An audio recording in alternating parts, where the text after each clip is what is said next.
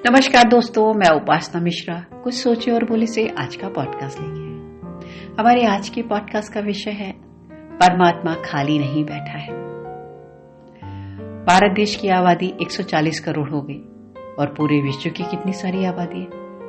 अब हर आबादी का, हर धर्म का व्यक्ति जब सुबह शाम दोपहर रात भगवान से प्रार्थना करके कुछ ना कुछ मांगता रहता है, तो भगवान तो सारे वक्त दिन रात आपकी सेवा में लगे रहते हैं। वो जरा भी आराम नहीं करते, ना सोते हैं, आपकी सेवा में लगे रहते हैं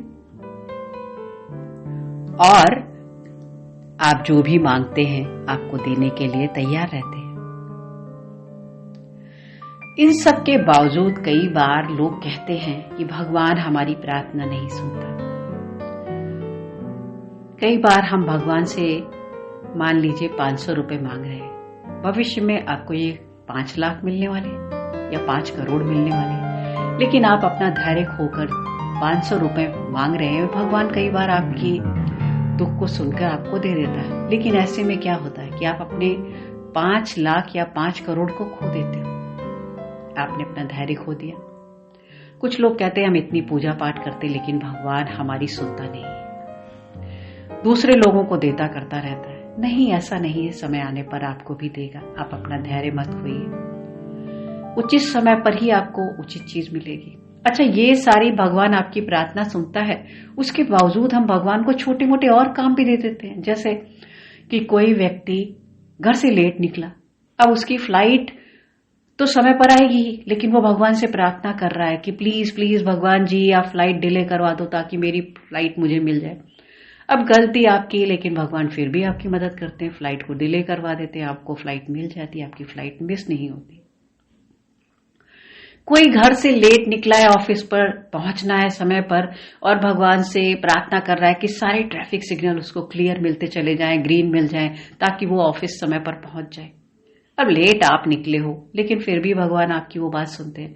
कोई बच्चा, बड़ा, सारे साल पढ़ाई नहीं करते स्टूडेंट लोग, और वो चाहते हैं कि जो कुछ उन्होंने लास्ट मिनट पे प्रश्न तैयार किए वो सारे के सारे एग्जाम पर आ जाए, और भगवान वो भी मदद करते हैं। कोई नौकरी के लिए इंटरव्यू पर जा रहा होता है और वो चाहता है कि ये नौकरी उसे ही मिल जाए।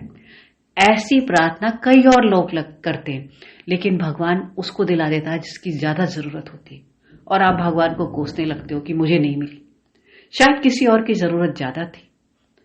और आपका भगवान पर विश्वास कम होने लगता है कि आपको लगता है कि भगवान ने मेरी प्रार्थना नहीं सुनी, मुझे क्यों नहीं दिलाई। लेकिन भगवान तो वही करता जो उचित होता है। ऐसे में कुछ लोग बीमार होते हैं तो कहते हैं जल्दी से ठीक हो जाओ। वो अपने स्वास्थ्य का ख्याल नहीं रखते, अपने खान पान का ख्याल नहीं रखते, अपनी लाइफ स्टाइल का ख्याल नहीं रखते, लेकिन भगवान से प्रार्थना करते हैं कि मैं जल्दी ठीक हो जाऊं। अब इसमें भगवान का कोई योगदान नहीं है, लेकिन फिर भी वो आपकी प्रार्थना सुनते हैं और आपको ठीक करके स्वस्थ रखने की कोशिश करते हैं। गलती आपकी है, लेकिन आपने भगवान को उस काम में भी लगा दिया। कोई आपके सगे संबंधी, नाते रिश्तेदार आपसे नाराज हो जाते हैं, रूठ जाते हैं, तो भी आप भगवान को लगा देते हैं क्यों ऐसा हो गया, आप हमारे रिश्ते अच्छे बना के रखे। भगवान उसमें भी प्रयास करता है कि आपके रिश्ते अच्छे बने रहे।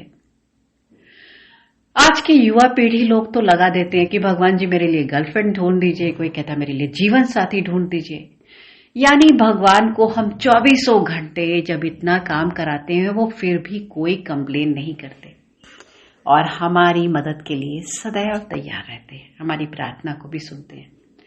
कुछ लोग मंदिर जाते हैं और बहुत सारी प्रार्थना करके, जबकि उनके पास सब कुछ होता है, फिर भी आपसे भगवान से सब कुछ मांगते हैं और कहते हैं कि आप धन दौलत मुझे दोगे और दोगे तो मैं सोने का छत्र चढ़वाऊंगा, मंदिर का निर्माण और करवाऊंगा और दान पुण्य करूंगा।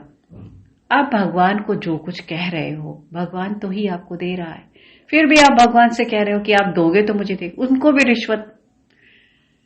तो इंसान भगवान से सब कुछ मांगता रहता है, उन्हें काम पे लगाया रहता है, वो खाली बिल्कुल नहीं बैठते, आपकी सेवा में सदैव तत्पर रहते हैं और आपकी हर भाषा की प्रार्थना को सुनते हैं।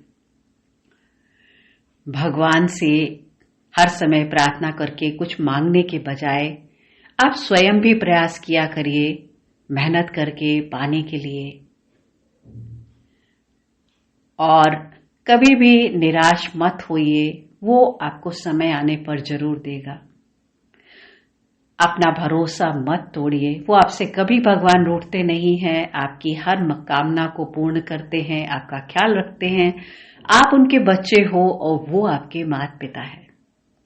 तो आपको ये पॉडकास्ट कैसा लगा? अगर अच्छा लगा है तो मुझे लाइक करें, शेयर करें, सब्सक्राइब करें और अपने दोस्तों के साथ शेयर करके उन्हें भी अच्छी बातें सुनने के लिए मनोबल बढ़ाएं।